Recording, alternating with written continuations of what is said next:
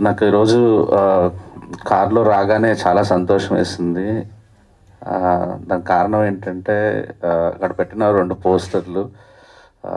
నా పోస్టరు ముందు యండమూరి గారి పోస్టరు, తర్వాత నా పోస్టరు.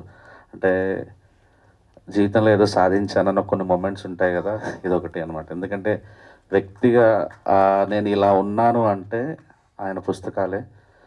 కానీ నేను ఇంకంతకు మించి చెప్పను, ఎందుకంటే నాకంటూ కొన్ని మొమెంట్స్ నేను దాచుకోవాలి. తర్వాత సార్ మీ మీ ముందు కూర్చోవటం, పక్కన కూర్చోవటం, ఇది రావడం చాలా proud moment for me sir. ఈ కథ నాకు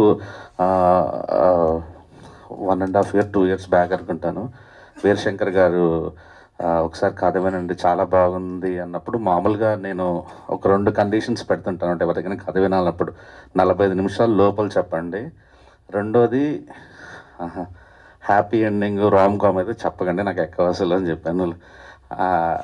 అలాంటిది 2 ఏళ్ళు అయినా కూడా నాకు అసలు కథ వినగానే ఫ్యూజులు ఎగిరిపోయినాయి అసలు ఫస్ట్. కానీ నేను రిస్క్ తీసుకునే మనిషి, నాకే భయం వేసింది యాక్చువల్లీ ప్రొడ్యూస్ చేయాలంటే. ఫస్ట్ ఎందుకు భయం వేసిందంటే, ఈ కథ ఏ హీరో ఒప్పుకోడు, అది నాకు తెలుసు. హీరోని తేలేను నేను అని నాకు తెలుసు. సో ఆ రకంగా దీపక్ మీరు చాలా లక్కీ. అంటే ఇలాంటి క్యారెక్టర్ చేయాలంటే నిజంగా గట్స్ ఉండాలి. అంటే డబ్బులు పెట్టడానికి కూడా చాలా గట్స్ ఉండాలి. మామూలుగా సందీప్ రెడ్డి వంగాలో అర్జున్ రెడ్డి ఉంటాడు, అదే స్క్రీన్ మీద కూడా మీకు మీరు చూసేది ఏదైతే విజయ్ దేవరకొండ క్యారెక్టర్ కాదు, రియల్ లైఫ్ క్యారెక్టర్ కాదు, సందీప్ రెడ్డి వంగ క్యారెక్టర్ అది. బట్ డైరెక్టర్లో బయట అలా ఉండదు, కానీ సినిమా మాత్రం రైటింగ్స్లో మాత్రం అంత ఎక్స్ట్రీమ్స్ ఉన్నాయి.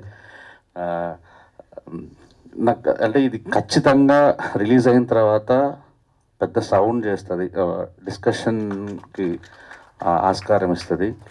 అదే అదే అది లేకే చాలా సినిమాలు అలా వచ్చి అలా వెళ్ళిపోతుంటాయి. మనం సగం పబ్లిసిటీ ఆ పని చేసి పెడుతుంది.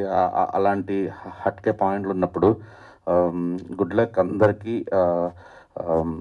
సార్ మీకు డబ్బులు రావాలని మనస్ఫూర్తిగా కోరుకుంటున్నాను. Thank you. Keerthana all the best, Tanvi.